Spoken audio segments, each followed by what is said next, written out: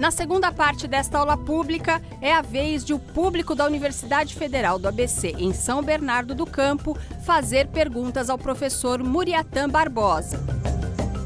Nesses dilemas sobre a questão da unidade e da diversidade, você coloca como tema central a questão da nação e a questão do desenvolvimento. Minha pergunta é um pouco mais direta. Que tipo de desenvolvimento está posto nesse projeto da África, da unidade africana ou da diversidade africana? A questão foi muito bem colocada, porque a União Africana ela nasce de um programa econômico chamado NEPAD, que foi gestado no governo do Mebek, na África do Sul.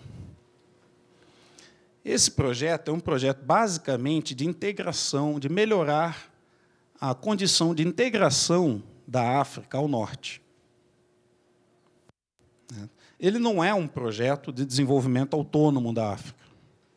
Ele é um projeto que pretende melhorar, digamos, a posição da África nos acordos econômicos, nos acordos políticos, sobretudo com a comunidade europeia.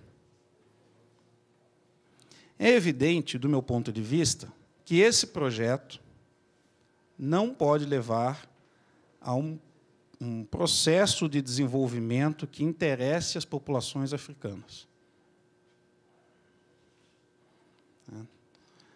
Agora, isso, digamos, tem que ser discutido de caso a caso, também. Mas a NEPAD ela tem um pressuposto perigoso também, que são acordos bilaterais. Esses acordos bilaterais entre alguns países africanos e ex-metrópoles e coisas parecidas dificultam que a África como um todo, pelo menos, negocie como um todo com a Europa. Então, esse é um debate bem importante, bem atual, mas a ideia de um desenvolvimento autônomo, de um desenvolvimento endógeno, e todas as consequências disso, hoje, volta muito fortemente no pensamento social africano. De como produzir um desenvolvimento que necessariamente melhora a qualidade de vida. Essa é a questão, que não é a questão africana, na verdade, é a grande questão do desenvolvimento hoje.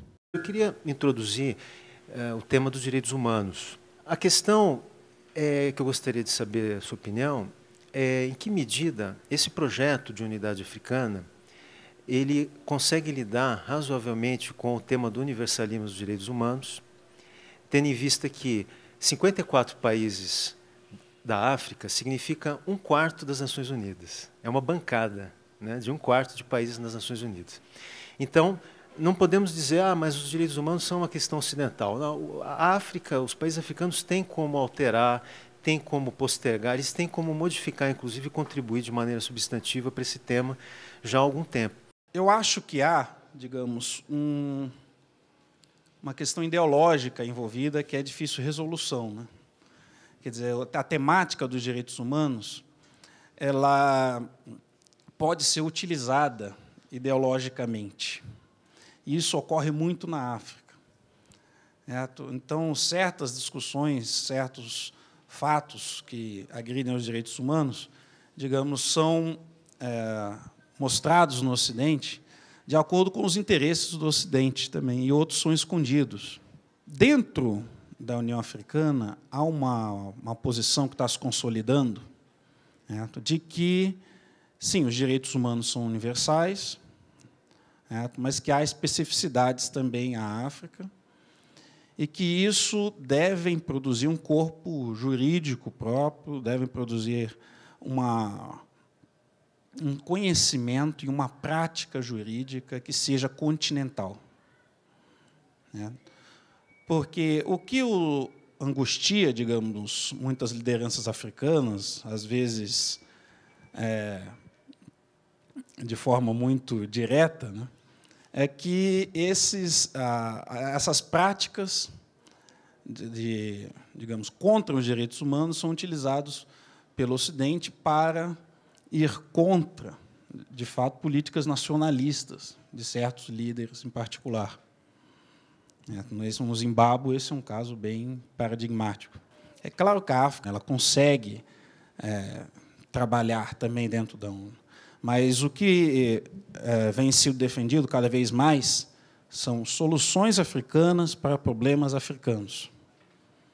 Isso se aplica à questão da segurança, isso se aplica aos direitos humanos, isso se aplica ao desenvolvimento, isso se aplica à igualdade social, a gênero, porque todos os povos têm tendências progressistas, têm tendências retrógradas, e são as tendências progressistas africanas que devem julgar as práticas africanas.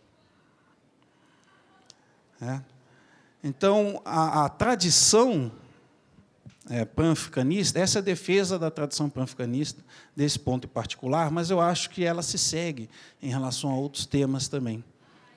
Que são os próprios africanos que devem julgar os africanos. E que isso não significaria um habeas corpus para todo tipo de crime aos direitos humanos e coisas parecidas.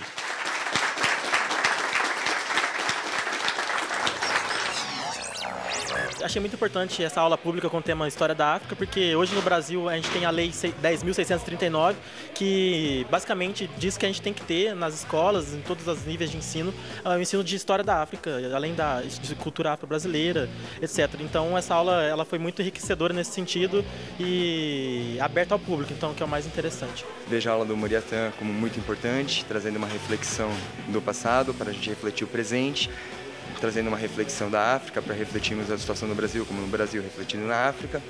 E vejo essas reflexões do Muriatã muito importantes para a sociedade brasileira e o UFABC fazendo o seu objetivo, que é informar a população.